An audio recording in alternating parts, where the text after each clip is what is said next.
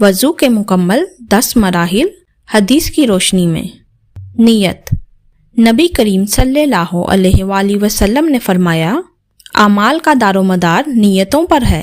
وضو کی ابتدا نیت سے کریں۔ دل میں ارادہ کریں کہ میں پاکی حاصل کرنے کے لیے وضو کر رہا یا کر رہی ہوں۔ بسم اللہ کہنا۔ رسول اللہ صلی اللہ علیہ وآلہ وسلم نے فرمایا، جو شخص بسم اللہ کہے بغیر وضو کرے اس کا وضو نہیں ہوتا۔ وضو شروع کرتے وقت بسم اللہ کہنا سنت ہے تاکہ عمل بابرکت ہو۔ ہاتھ دھونا 3 مرتبہ۔ نبی صلی اللہ علیہ وآلہ وسلم نے وضو شروع کرتے وقت دونوں ہاتھ کلائیوں تک 3 مرتبہ دھوئے۔ کلی کرنا 3 مرتبہ۔ آپ صلی اللہ علیہ وآلہ وسلم کلی کرتے اور ناک میں پانی ڈال کر صاف کرتے تھے۔ ناک میں پانی ڈالنا 3 مرتبہ۔ آپ صلی اللہ علیہ وسلم نے فرمایا، ناک میں پانی اچھی طرح ڈالنا وضو کا حصہ ہے۔ ناک میں 3 مرتبہ پانی ڈالیں اور بائیں ہاتھ سے صاف کریں۔ چہرہ دھونا 3 مرتبہ۔ آپ صلی اللہ علیہ وآلہ وسلم نے چہرہ 3 مرتبہ دھویا۔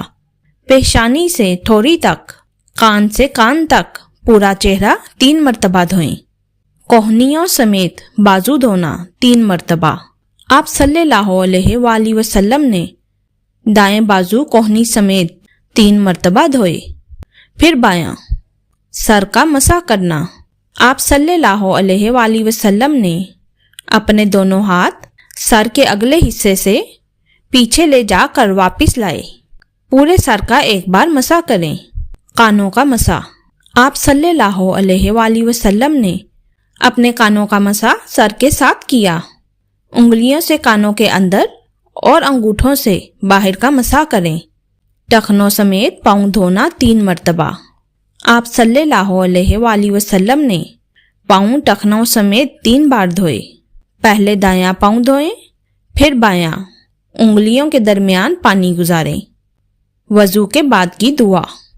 رسول اللہ صلی اللہ علیہ وآلہ وسلم نے فرمایا، جو شخص وضو مکمل کر کے یہ دعا پڑھے، اشہد ان لا الہ الا اللہ وحدہ لا شریک لہ واشہد ان محمدا عبدہ ورسولہ، اس کے لیے جنت کے 8 دروازے کھول دیے جاتے ہیں۔ وضو مکمل کرنے کے بعد یہ دعا پڑھیں تاکہ جنت کے 8 دروازے آپ کے لیے کھل جائیں۔ جزاک اللہ۔